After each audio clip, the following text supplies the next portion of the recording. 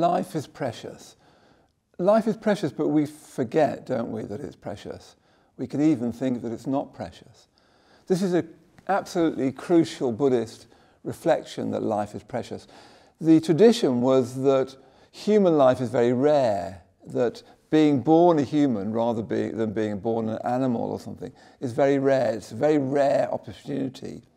And that it's very rare that you've got your physical health, your mental health, you're in good conditions, you're not cold, you're not starving, you're not in a war realm. It's actually very rare to be in those good conditions. We don't realise in this modern world, at least in our little tiny patch of it, just how good our conditions are. This lighting never goes off. The tubes hardly ever stop. We're so fortunate. But we human beings take our good fortune for granted so very easily. It's not our fault. It's just that we're wired for threat. So we'll notice things that threaten us, but we won't notice just how much we're being given. We won't notice that our life is precious.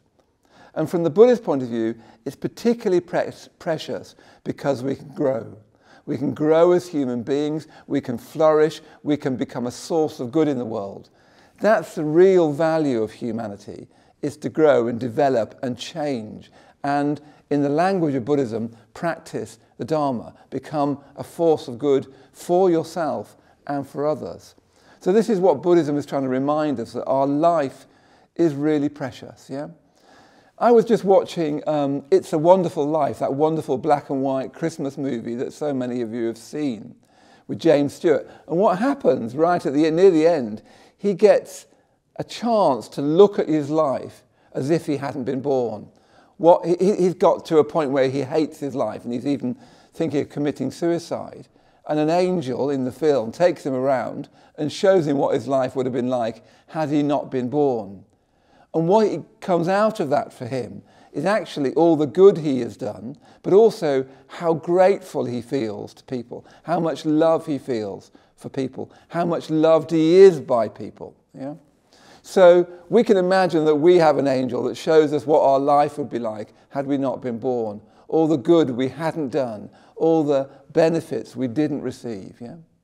So I challenge you as part of our meditation challenge to every night on the challenge, write down 5 things that you're grateful for. Yeah? Just write down, before you go to bed, 5 things that you feel grateful for. One of the things we really need to do to live well in this life is cultivate gratitude.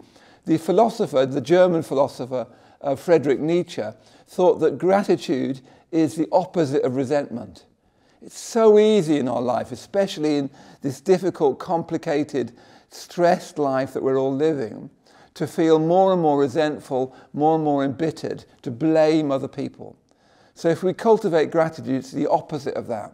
Yeah? And that's about our life is precious, we're given so much, we can practice the Dharma, we can grow. Yeah? So why don't you challenge yourself every night, 5 things that you're grateful for? Life is precious.